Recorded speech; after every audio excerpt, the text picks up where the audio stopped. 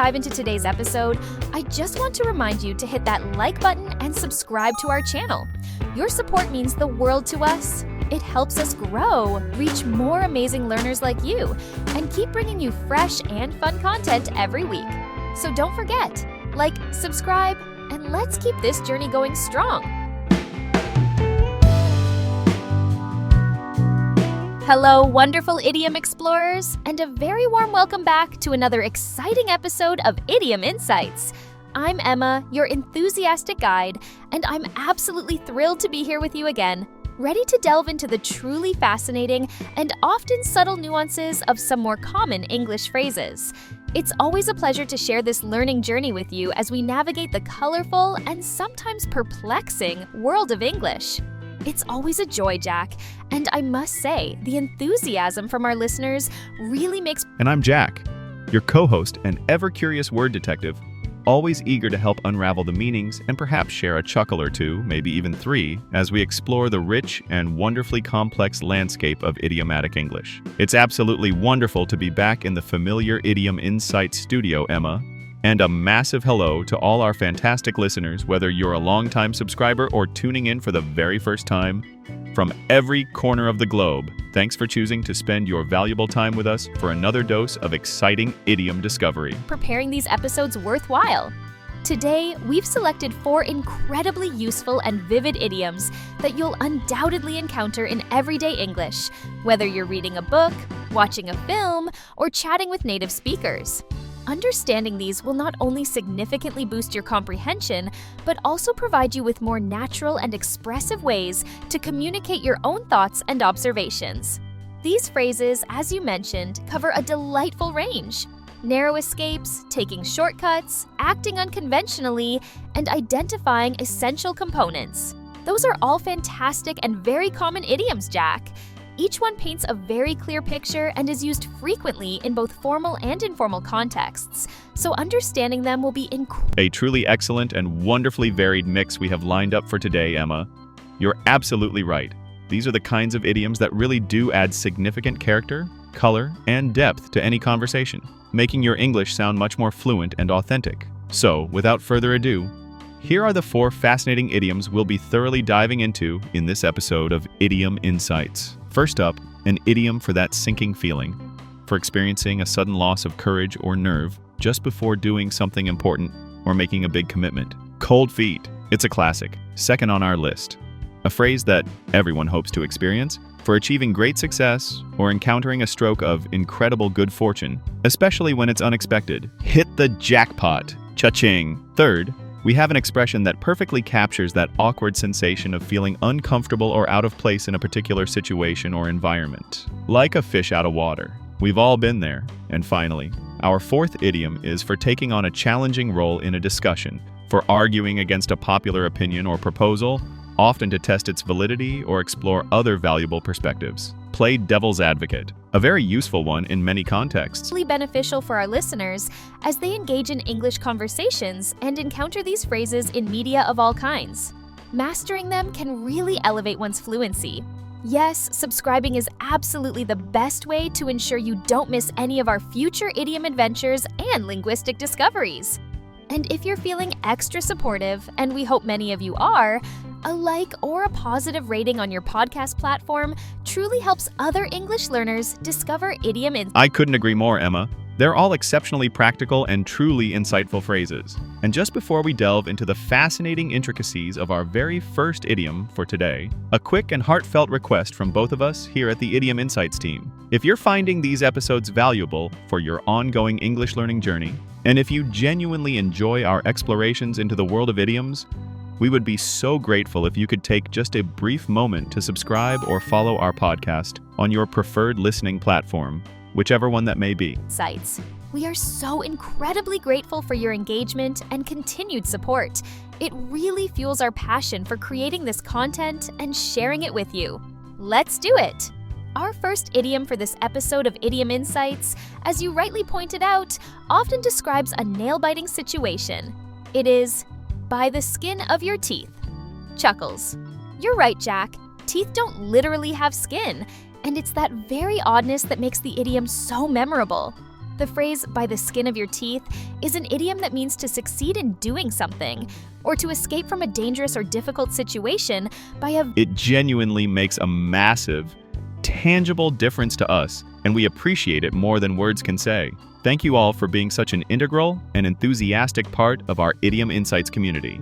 Right then, Emma, with that important bit of housekeeping done, are you ready and prepared for our first idiom, which, as a clue, sounds a little bit chilly? Very, very narrow margin. Just barely managing it. The skin of your teeth is a purely metaphorical way of describing an incredibly small, almost non-existent... Cold feet. This is certainly an interesting one, Emma. It paints quite a physical picture. Why would having literally cold feet, as in chilled extremities, mean anything other than perhaps needing thicker socks or a warmer room? What does it truly mean in its idiomatic sense to get cold feet? Emma? ...distant amount or layer. So if you achieve something by the skin of your teeth, you almost didn't succeed, and success was achieved by the thinnest possible degree. Precisely. That's a perfect illustration. Or if a student passes an important exam with the absolute minimum passing grade, perhaps getting just the 1 mark they needed to avoid failing, they passed by the skin of their teeth. Any lower, even by a fraction, and they would have failed. It implies a situation where you were perilously close to failure or disaster, and luck might have played a small part too. You're absolutely correct, Jack. So it's primarily about that intense last-minute fear or crippling doubt that suddenly surfaces and makes you seriously want to back out of something significant you had previously agreed to. For example, if someone is all set to get married, the venue is booked, guests invited, but then, just days or even hours before the ceremony, they suddenly feel utterly terrified and start considering calling off the entire wedding. They are definitely getting cold feet. That's a classic scenario. It's a very old phrase indeed, with a fascinating history. In the King James Version of the Bible, from the book of Job, chapter 19, verse 20, Job, after suffering many afflictions, says, "My bone cleaveth to my skin and to my flesh, and I am escaped with the skin of my teeth." The exact literal meaning of skin of my teeth in that original context is debated by scholars, but it has come into common English usage to mean this idea of a very narrow escape or... It strongly implies that you were previously committed, perhaps even enthusiastic, or at least willing to do something. But then, as the critical moment inexorably approaches, your courage unfortunately fails you. It's not usually about a long-standing, pre-existing fear, but rather a sudden, acute onset of it, which can be quite disorienting. ...of success. It's about that incredibly thin, almost imaginary layer separating success from failure. Exactly. It emphasizes how perilously close they were to complete failure and the immense relief that follows such a narrow success. Let's listen in. I wonder what close call or narrow success they might be discussing. It's always interesting to hear these idioms in action. Exactly. The idiom perfectly conveyed the extreme closeness of her arrival to the deadline and the fact that she almost didn't make it, despite her best efforts. It emphasized the high stakes and the palpable relief of her narrow success. It is indeed. So next... That makes sense. So, to give another example, if an investor has verbally agreed to fund a promising new business venture, and all the preliminary work is done, but then at the very last moment, pen in hand, right before signing the crucial legal papers, they start having very serious second thoughts and seriously consider pulling out their financial backing. They are getting cold feet about the investment. You or someone you know succeeds or escapes from a difficult situation by the very smallest, almost imperceptible margin. Remember the... Okay, I think that's very clear now. So, to get cold feet means to experience a sudden and often overwhelming loss of courage or confidence just before doing something important, making a big commitment, or facing a risky situation. Are we ready to hear how our fictional friends Mia and Mark use this evocative idiom? They did it by the skin of their teeth. Great idea, Jack. Your stories really bring these idioms to life for the whole community. Mark, I'm supposed to go skydiving for the first time this weekend with a group of friends. I was so excited when we booked it months ago, and I've been looking forward to it. Wow, skydiving? That's a brave thing to do, Mia. It sounds like an incredible adrenaline rush. Are you all prepared for it? Well, that's the thing. As the day gets closer, I've started to feel incredibly nervous. Last night, I couldn't sleep because I kept imagining jumping out of the plane. I'm actually starting to wonder if I can go through with it. Oh, really? It sounds like you might be getting cold feet about the skydive. It's perfectly normal to feel scared before doing something so extreme, especially for the first time. I think you're right. I'm getting cold feet. Part of me still really wants to do it and experience the thrill, but another part of me is just terrified of the height and the risk. I don't know what to do. I don't want to let my friends down, but the fear is becoming overwhelming. That was truly a perfect example, illustrating the idiom in a very natural conversational context. Mia vividly described her escalating fear and increasing hesitation about the skydiving adventure as the actual event drew nearer. And Mark, like a good friend, correctly identified her burgeoning feelings as getting cold feet, that classic last-minute loss of courage before a significant and undeniably risky undertaking. He pinpointed it perfectly. On now to our second idiom in this episode of Idiom Insights. This one is about taking shortcuts, often unwisely, and can have significant repercussions. Cutting corners. This makes me think of literally cutting a corner when walking or driving to take a shorter, more direct route. Is the meaning of the idiom related? It's such a very common and highly relatable idiom for that specific, often unsettling feeling of pre-event anxiety or last-minute jitters. I think many of our listeners will have experienced this themselves at some point. Related to that idea of taking shortcuts, Jack, perhaps with similar potential downsides? So it's about sacrificing quality, thoroughness, or even ethical standards for the sake of speed or cost saving. For example, if a builder is constructing a house and uses cheaper, lower quality materials, or... And on that note, we'd absolutely love to hear from our listeners about a time you perhaps got cold feet. What was the specific situation? What were you planning to do? And ultimately, did you go through with it, or did the cold feet win out? Please do share your fascinating stories and experiences in the comments section below this episode on your podcast platform. Rushes through important structural construction steps to save money and finish quickly, they are cutting corners. This could lead to serious, even dangerous problems with the house later, like leaks or instability. It generally has a decidedly negative connotation, doesn't it? It implies that important... Indeed it is. Our second idiom for today, bringing with it a sense of excitement and triumph, is hit the jackpot. Regulations or ethical considerations are being ignored, or that the job isn't being done properly due to a desire for expediency or saving money, often at someone else's expense. So, if a chef in a busy restaurant, under pressure to reduce costs, uses past their best, or significantly simplifies complex recipes... You're absolutely spot on, Emma. Your intuition serves you well. The idiom, hit the jackpot, does indeed literally mean to win the largest, most coveted prize in a lottery, a gambling game like poker, or some other form of competition. However, in its broader, more commonly used idiomatic sense, it means to achieve truly great success, to have an astonishing stroke of exceptionally good luck, or to find exactly what you were desperately looking for, often quite unexpectedly, and always with a tremendously positive and beneficial outcome. Too much to save money and time, they are cutting corners, and the food quality, and potentially even food safety, will likely suffer. Customers would certainly notice. So, cutting corners means doing something in the easiest, cheapest, or quickest way, often by omitting important steps or reducing quality, which can lead to negative consequences, sometimes severe. Ready to hear Mia and Mark discuss a situation where this might be happening? Exactly.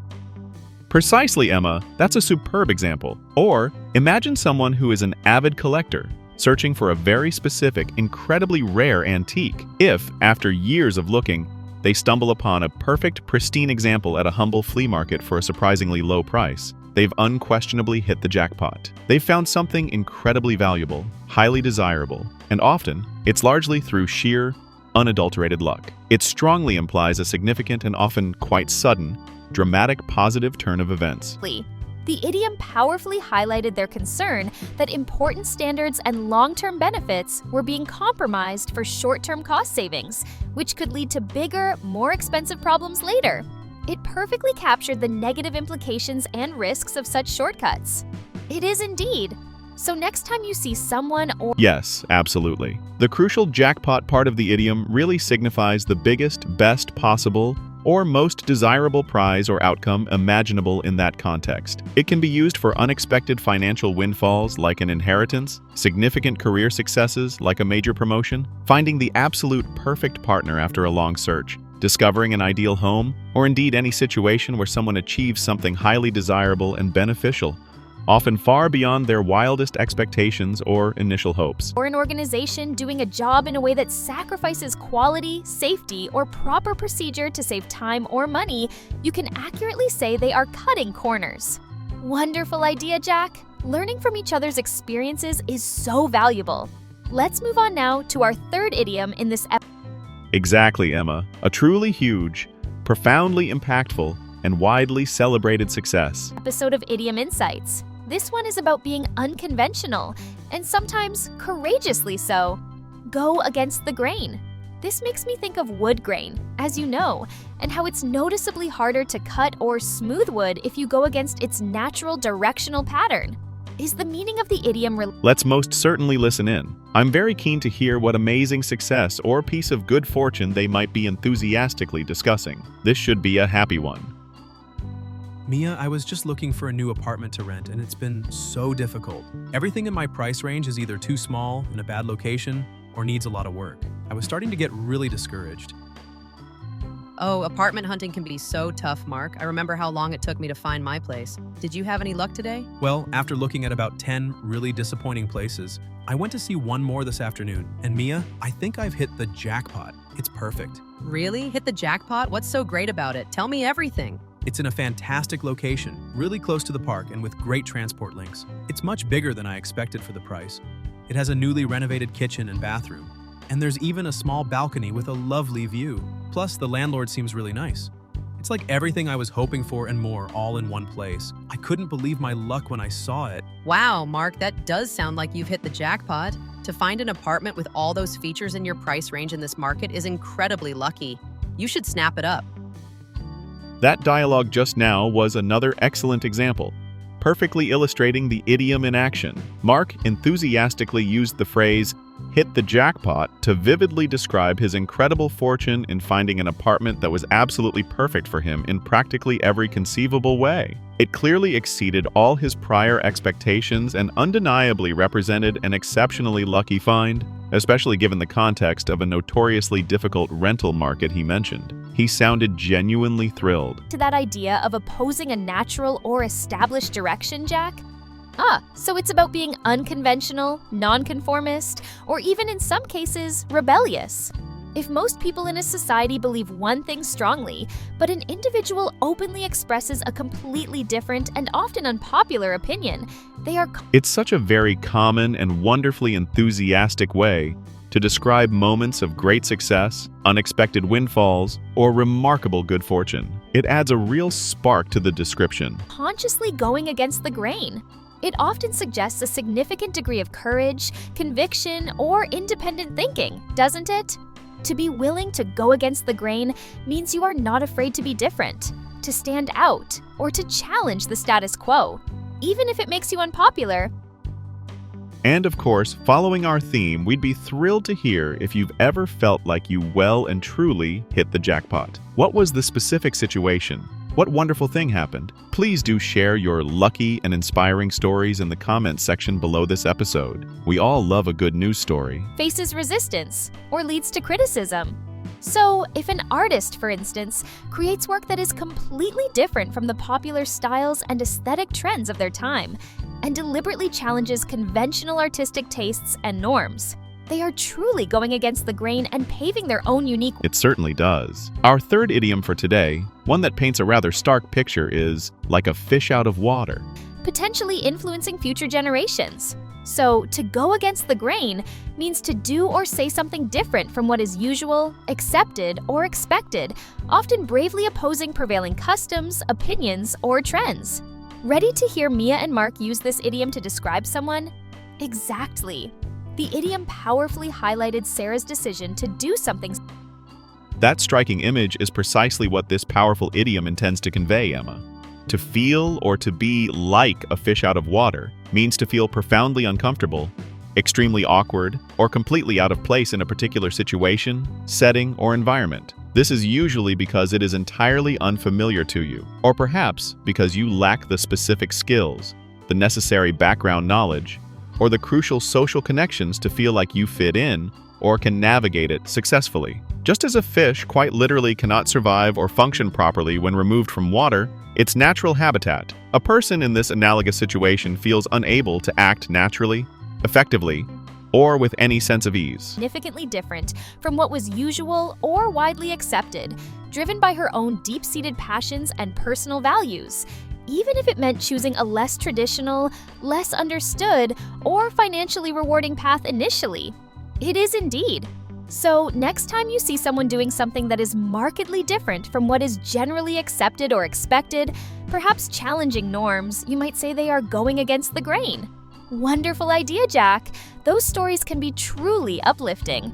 Now, we've arrived at our fourth and final idiom. Precisely, Emma, that's a classic case. Or consider attending a large social gathering, perhaps a formal party or a specialist conference where you genuinely don't know a single soul, and everyone else seems to be part of a very close-knit, established group, constantly sharing in-jokes and past experiences. In such a scenario, you might very well feel like a fish out of water, awkward, isolated, and profoundly unsure how to initiate conversations or join in. It strongly implies a deep feeling of pervasive discomfort and a significant lack of social ease. For this episode of Idiom Insights.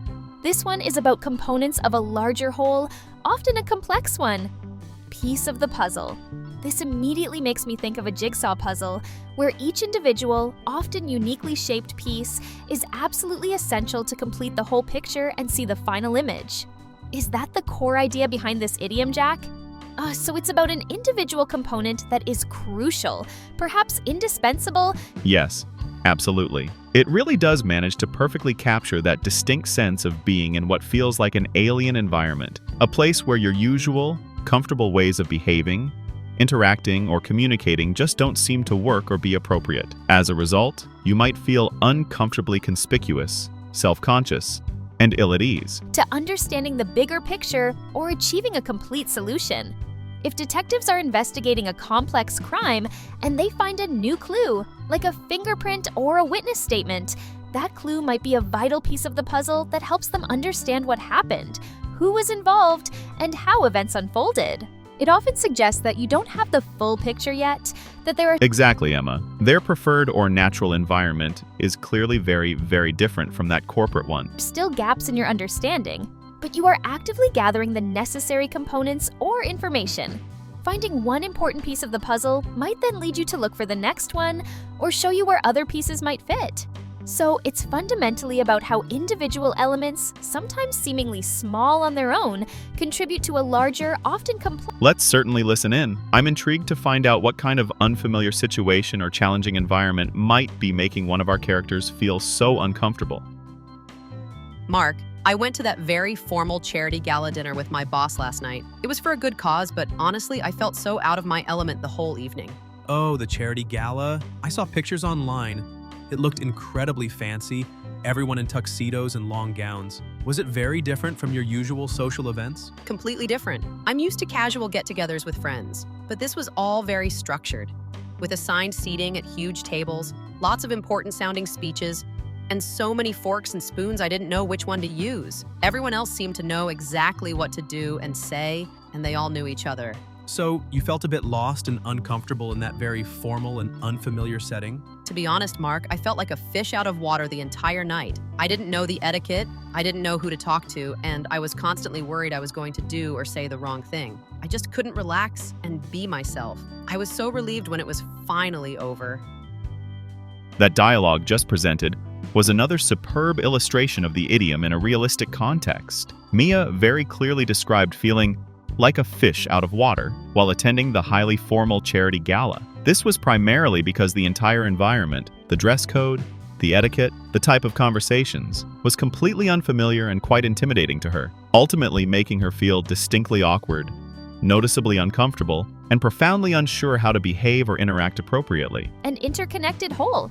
So, a piece of the puzzle is an essential part or piece of information needed to understand or solve a larger, complex problem or situation, bringing clarity where there was confusion.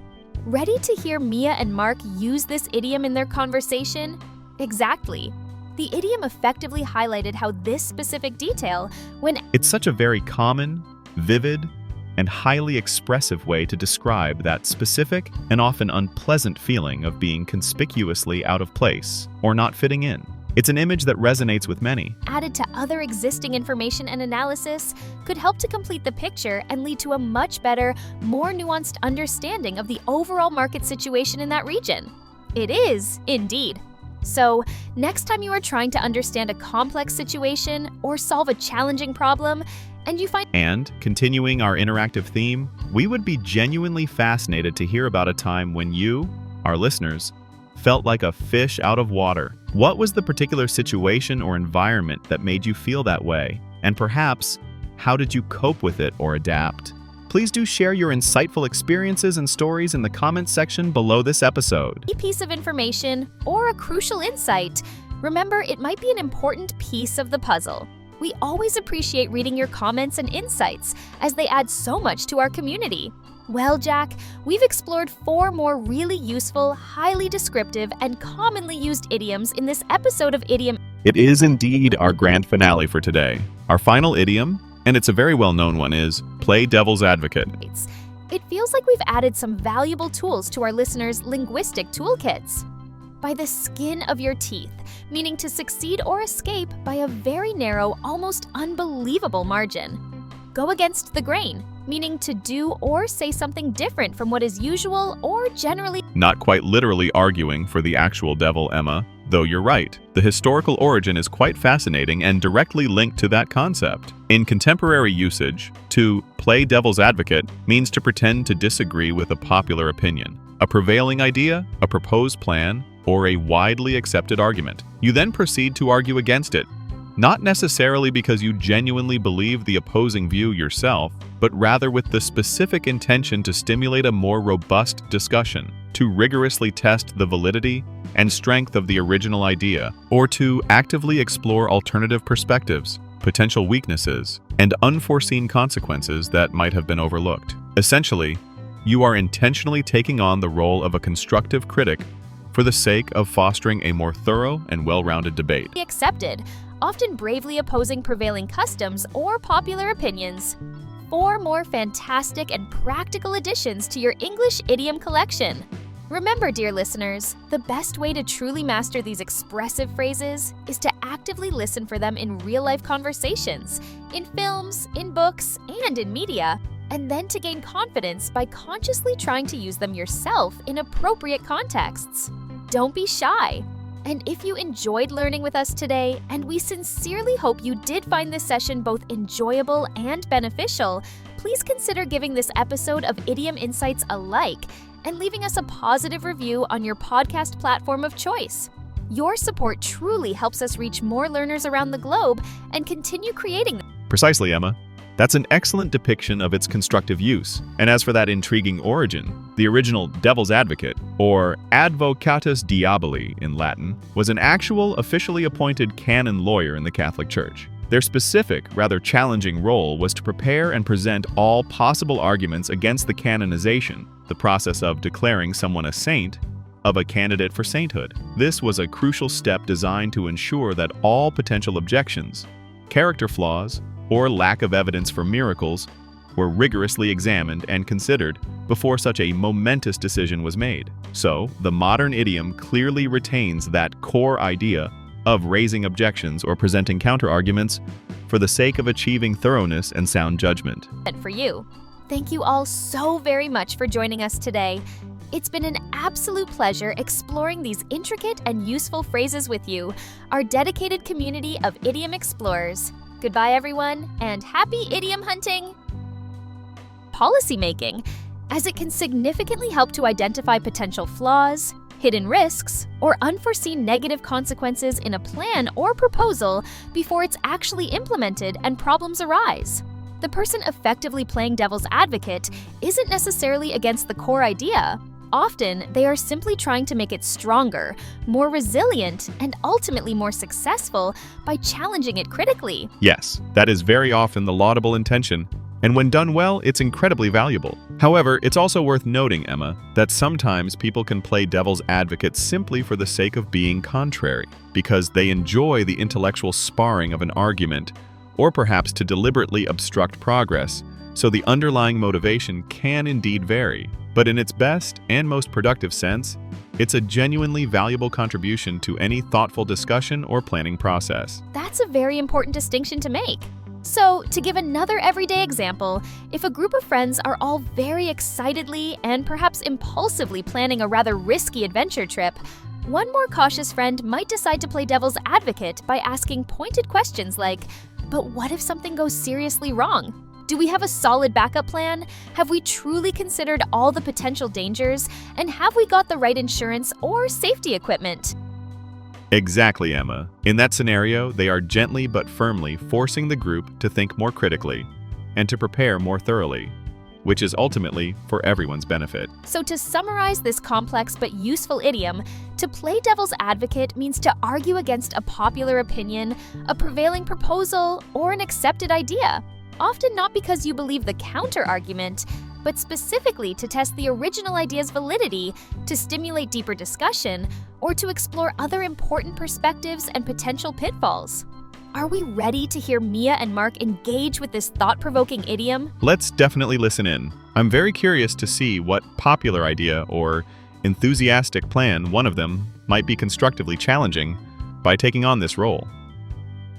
Mark, I'm so excited about our team's new proposal for the company's summer marketing campaign. Everyone on the team loves the central idea of a big outdoor festival, and we think it's going to be a huge success and generate a lot of positive buzz. It does sound like a fun and engaging idea, Mia, and I can see why the team is enthusiastic.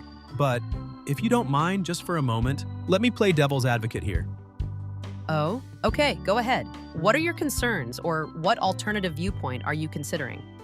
Well, an outdoor festival is very dependent on good weather. What's our contingency plan if it rains heavily on the day? Have we factored in the high cost of outdoor event permits and security for a large public gathering? And while it might generate buzz, how will we specifically measure the return on investment in terms of actual sales or leads? I'm not saying it's a bad idea, but by asking these challenging questions, we can make sure the plan is really robust. Those are actually very good points, Mark. We were so excited about the creative aspects that maybe we haven't fully thought through all the potential logistical challenges and financial risks. Thanks for playing devil's advocate. It's helpful to consider these things now rather than later.